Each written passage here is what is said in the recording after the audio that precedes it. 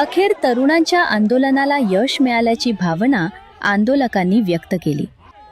अभिजित दिपके आणि सोनम वांगचुक यांच्या नेतृत्वाखाली सुरू असलेल्या आंदोलनाला काँग्रेससह विविध विरोधी पक्षांनी पाठिंबा दिला होता. आंदोलनाला वाढता जनसमर्थन मिळत असताना केंद्रीय शिक्षण मंत्री धर्मेंद्र प्रधान यांनी राजीनामा दिल्यानंतर आंदोलकांनी याला आपल्या संघर्षाचं यश असल्याचं म्हटले. नीट पेपरफुटी प्रकरणानंतर न्यायाच्या मागणीसाठी रस्त्यावर उतरलेल्या तरुणांनी दिल्लीतील जंतर मंतरवर जल्लोष साजरा केला. त्याचे पडसाद पुण्यातही उमटले. पुण्यातील गुडलक चौकात मोठ्या संख्येनं तरुण एकत्र आले.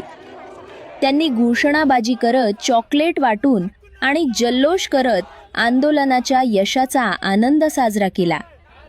Bureau report, cut to cut.